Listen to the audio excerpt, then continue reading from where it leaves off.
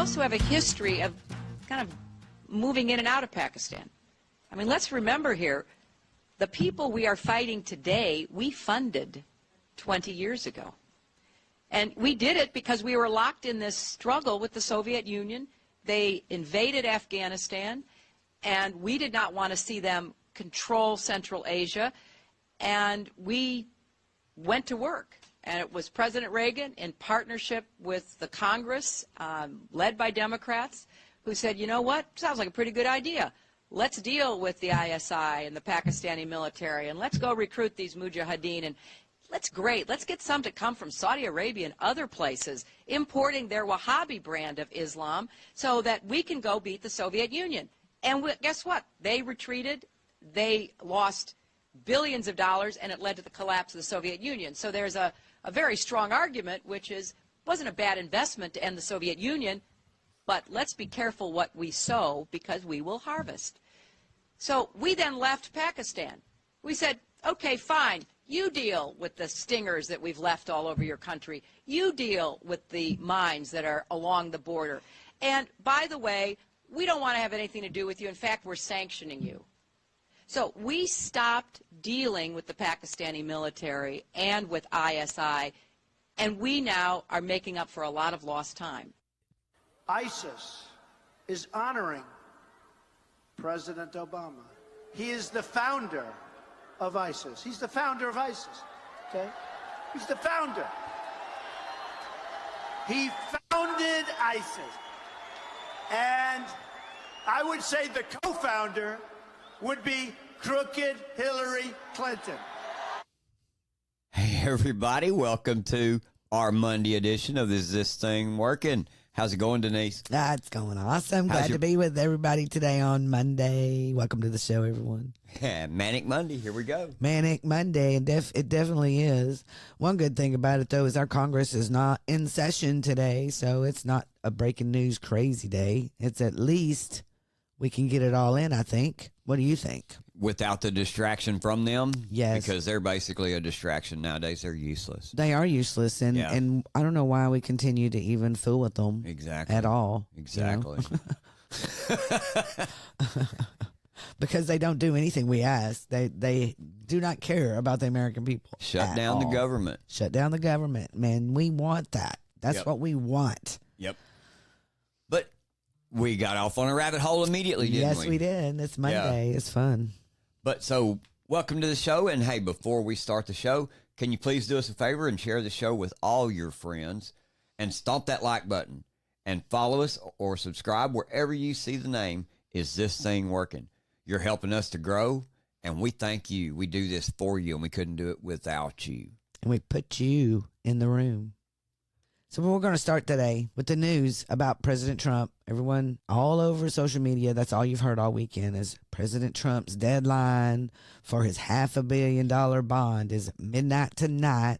Everyone has conjectured and talked about it and went on and on and on all weekend. So much so that I actually had to turn the TV off. It was disgusting, the amount of people that came out.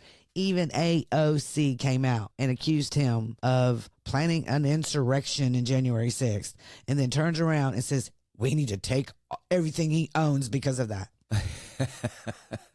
Well, it's all just fascism and theft. I mean, Yes. basically, this is all that this is. Complete fascism and complete theft. It's completely disgusting, that's for sure. But last night, when we were getting information for the show, Cernovich, he's on X, he had looked through this lawsuit that Angron, this judge, Right. had finalized or whatever, the lawsuit. And so I just want to go over a couple of things that he said because I thought it was real interesting. He had told us he looks through the lawsuit, and there was one particular thing that just, kind of jumped out at me. He said, I read the full Trump ruling fining him $500 million, and it's worse than reported. For example, Trump, who had bought the post office in Washington, D.C., in the Trump, it's called the Trump D.C. Hotel now, but he had bought the post office and he got a loan on it and made $126 million profit from it. But because he made this $126 million profit from something that he bought and then got a loan on, the judge decided, oh, well, you weren't supposed to make any money on that, and took all that money. Shouldn't that, if you're going to take it, shouldn't that be part of your $450 million bond? That is part of it. That's part of his fine. I'm and following that's you. where they got that from. They took pieces of parts of his company and the loans he made. And if he made more money than they deemed that he should, then that's what they added to the fine. Okay. And that's what he's got to pay back because he made that money. They say fraudulently, but I don't see it anywhere. You know what I mean? And no one can. No one can find the injured party in this whatsoever. Right. There has been no one that's been frauded. No one lost money. As a matter of fact, as you can tell, people made money. So anyway, I just had to point that out there that we really need to continue to talk about this. As much as I think it's annoying to listen to it all day long on the mainstream media, we really do need to stop this somehow. So the judge is saying, well, I didn't like the answers you gave me, so I'm going to punish you and just take your money. That's exactly right. This is crazy. This is just an example, and I just read one. There was several. If you want to go and look on his thread, then it's really good information that we need to really spread far and wide, because this is absolutely lawfare and election interference, totally. But I want to go ahead and it's not ending anytime soon. No, it's not. Yeah. He's in court today in Manhattan with that Alvin Bragg. He's in court today. He's already been True Social and all kinds of stuff. But I want to read his statement on this morning. First thing this morning, he says, he's talking about all the cases pretty much. But he says, these are rigged cases, all coordinated by the White House and DOJ for purposes of election interference. The number Engeron set is fraudulent. It should be 0. I did nothing wrong. The DA case that I am going to today should be dismissed. No crime. Our country is corrupt. That's what he said. And then Eric Trump, he was on Maria yesterday, and he gave a really good interview. But I'm going to read his statement here. He says, $500 million bond is simply not commercially available. The 30 largest bonding companies in the United States have never seen a bond close to this size for anyone, let alone a private company. Letitia James is hell-bent on a political vendetta against my father with zero regards for the lives of thousands of hardworking New Yorkers who make their livings in our buildings. And he did mention this, and I'm going to point this out, because he mentioned thousands of people that are fixing to lose their jobs. He said from the bellhop, to the parking attendant, they're all fixing to lose their jobs if they take one piece of company from New York and shut it down.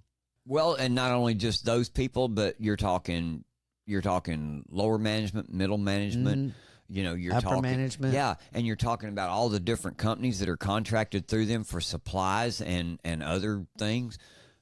Yeah, it's going to affect just a lot more than Donald Trump and his bank account. And yes. I'm telling you, the people in New York ought to be screaming, man. They should be their streets should be packed with people screaming. Yes, and I totally agree. There was someone on one of the shows this morning just talking about how I have $500 million that I was fixing to invest in New York, and guess what I did? I moved to Florida. You bet. So move to Texas. Come down here. Yeah, right. Come to Texas, please. Yeah, we're all over that. But I'm just floored. We're all floored by this. It's total election interference, and we all know it. And it's going to elect President Trump, whether he has one penny or a lots of pennies. He's going to be elected, and they just don't like it. They're panicking. Yep. They're panicking because also a lot of these lawsuits, they're failing. Yes. Already this Bragg one is not looking too good. But anyway, we're going to keep an eye on this, and we'll let you know what's going on. Of course, you'll be hearing it all over the airwaves. Yeah. I'm pretty sure. And one other thing to point out, we was talking about Eric Trump being on the Sunday Morning Futures yesterday with Maria Bartiromo, and he made the statement also, the bond companies that are around, they laughed at that. There's absolutely no way. There's no such thing as a bond ever this big. No. So that was something that he pointed out. And there isn't. So how can they put up a bond if there's no one that will give him one. Exactly. So it's all illegal. It doesn't exist. It is. Doesn't. Yeah, like you said, it doesn't exist. But we're going to move on from President Trump. The craziness that's going on in the world right now. Y'all heard about what happened? What was it? Was it Friday? Saturday morning? Anyway, it was Friday. It was Friday because we were on our way to Oklahoma. That's yes. right. Yeah, it was Friday. Friday morning, you heard about Friday, you heard about Russia getting attacked. The terrorist attack. The terrorist attacked in Russia that harmed 137 people.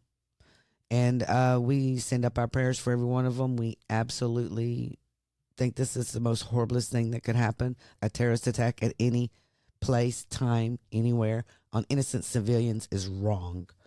And it should never have happened. Regardless of how the leaders act. That's exactly right. Correct. You know, exactly then people correct. are in the crosshairs of our stupid leaders right now. And it's disgusting, every bit of it. But we have a video we want to play for you to give you a little context. So here we go. Yeah, and this is from a UK member of parliament whose name is George Galloway. He's been in politics and he's also a TV personality. He does radio shows, but this is his statements, because this kind of rings true with what we've heard Dan Bongino say time and time again. Don't ever believe the first thing you hear. Exactly, especially when it comes to Russia. And so here's Mr. Galloway's perspective on all of this. It's really interesting. In the US and the UK and others swiftly tried to reassure me that it was only ISIS that carried out this mass murder in Moscow. I knew automatically that they were lying. And here's what I'm finding.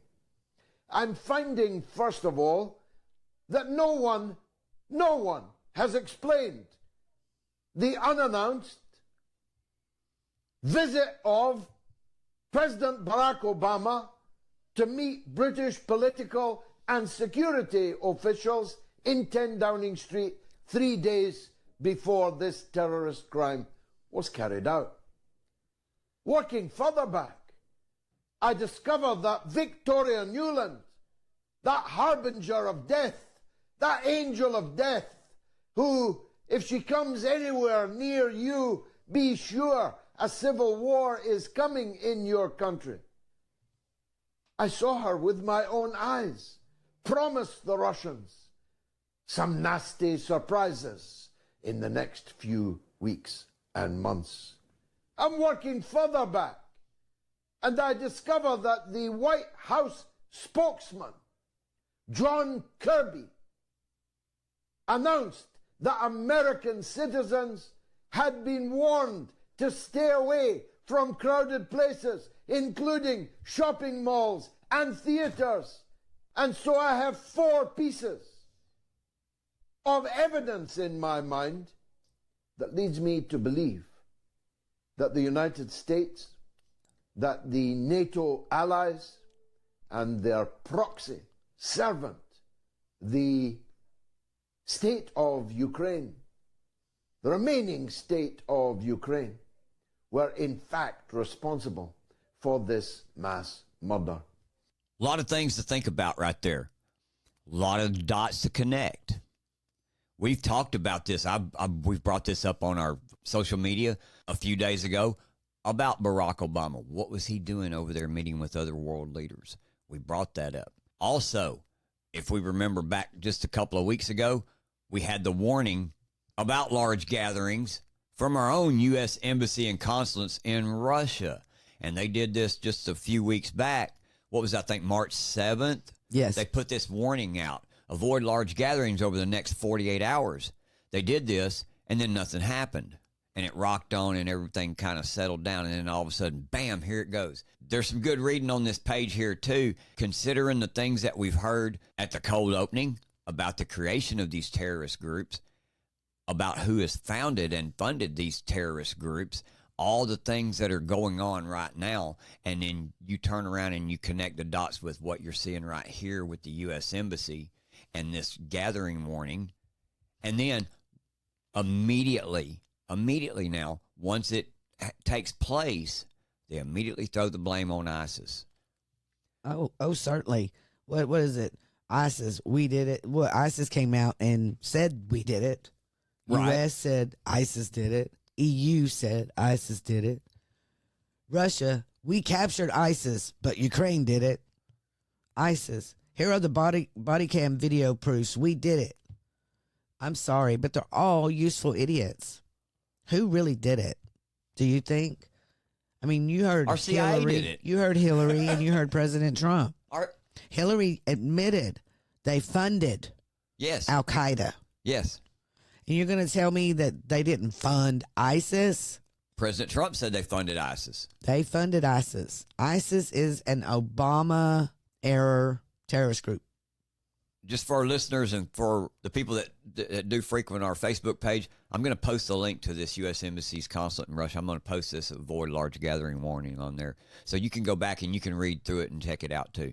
Because they do post a lot of, I didn't realize, a lot of warnings on there, and they have been for a little while. I guess they have to inform, the American people over there what's going on with the war and all, but it's really good information. Right.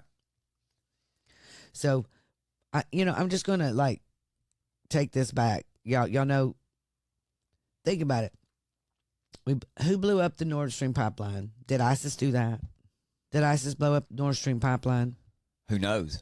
Really, they want us to believe that ISIS, a terrorist group, yeah, attacked Russia, but no one blew up the Nord Stream pipeline.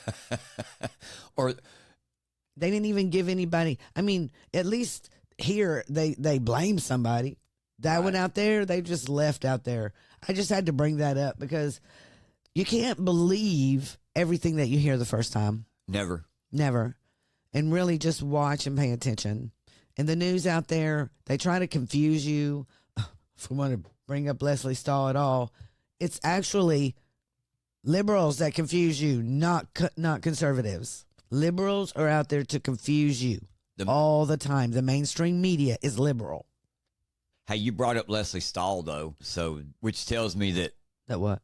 Oh, yeah. And 60 Minutes, so that kind of tells me, hey, we need to keep going. Because, man, we watched that last night, and we did. Some of the things that we heard last night was just completely insane.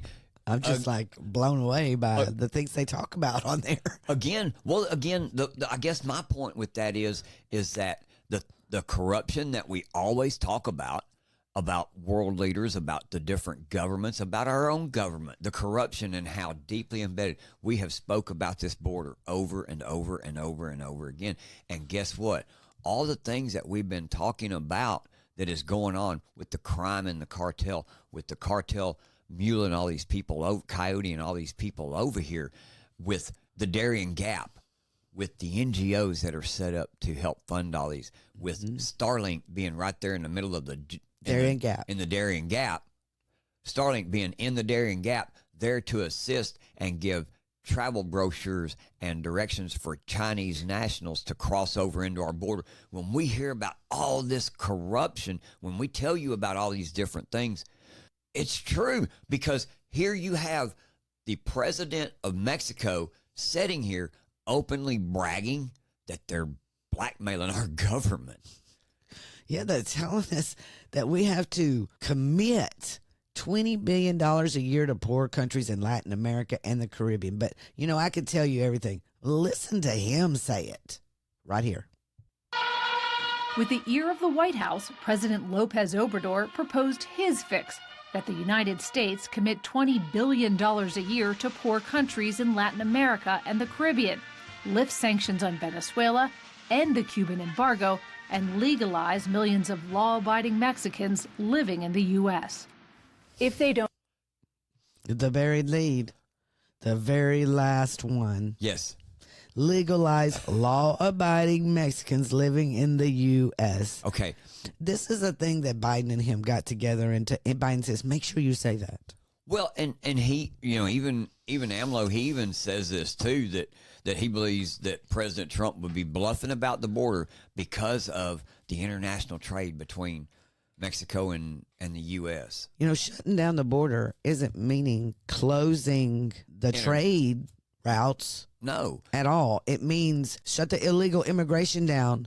We're being invaded into our cities with criminals because we don't know who's coming across this border.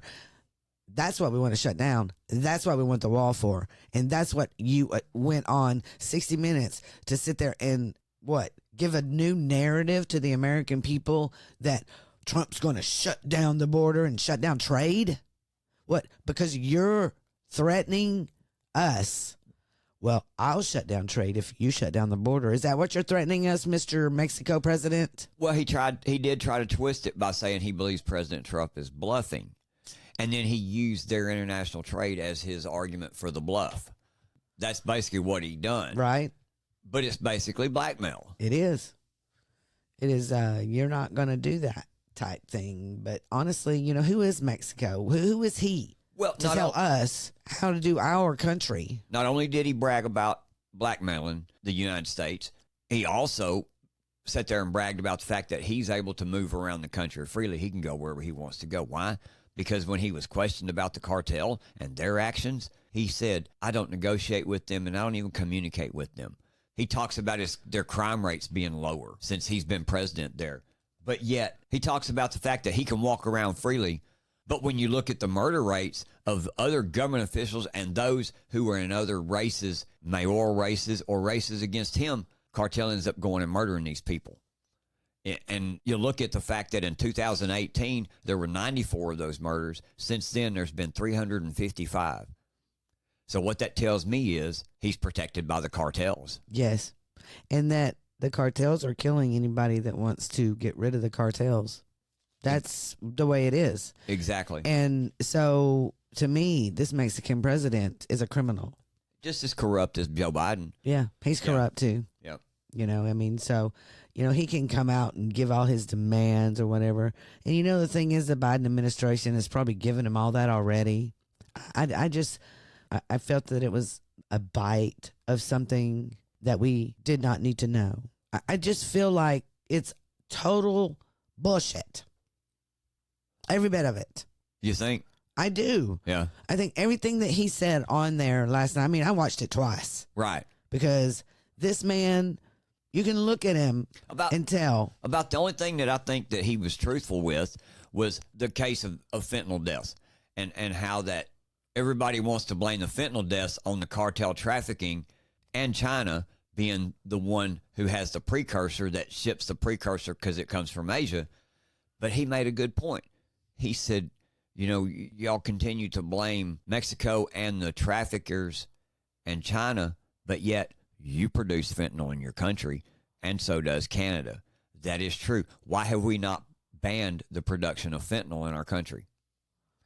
Think about that. No, Why have we only not make done that? more laws. Well, we'll just charge them with a death crime or something if they, are selling fentanyl and someone dies. Why don't you do something about getting rid of fentanyl? That's exactly right. I Ban agree the with use you. of fentanyl. Yeah. I mean, Get rid of it. Well, he talks about the crime in Mexico also and how it's gone way down. And I just had to go and find, an article to say, hey, that right there is not 100% true either. There is so much crime in Mexico. Look, right here, immediately. All I did was pipe in a little crime in Mexico. Immediately, 42 people rescued in northwest Mexico after mass kidnappings by criminal groups.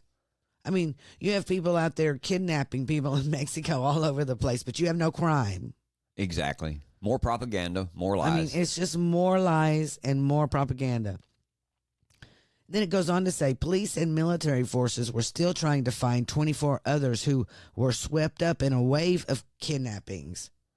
Mexican authorities said they rescued 42 hostages, including 18 children, from criminal groups Saturday after a wave of kidnappings in Sonora State, where more than 600 Special Force troops were sent to beef up security. Sonora Governor Roca said an intensive operation by police and military forces were still trying to find 24 more people who were kidnapped. Kidnappings en masse took place Friday in different areas of the region outside of Sonora's capital city. Members of criminal groups made hostages of at least 3 families, local public security chief Merida said. So what they're doing is they're kidnapping rich families and bribing them. and trying to shake them down, I guess. Trying to shake them down and bribe them. Yeah. Wow. Yeah, see, this is cartel. The Mexican government is ran by the cartel. Mexico is ran by the cartel. Sure they are. Period. Completely. So why are we listening to the president of Mexico again? I mean, that's just where I'm thinking. Right. Why are we listening to him again? Why is he on 60 Minutes? I agree. Crazy Monday. Crazy Monday indeed. Is this thing working? Rise up. Well, hey, everybody, that's it for today. Thanks for listening, and I hope you've enjoyed the show. Hope you've learned some things about what's going on around us in the nation and in your communities. You know, we couldn't do this without your continued support either. We appreciate all of you showing up, taking the time to listen to us today. So please, like I say, make sure to hit the like button, share our show with all your friends. We'll see you next time on Is This Thing Working? And as always, I'm James, and that's my lovely co-host over there, Denise. and we'll see you next time. We're out.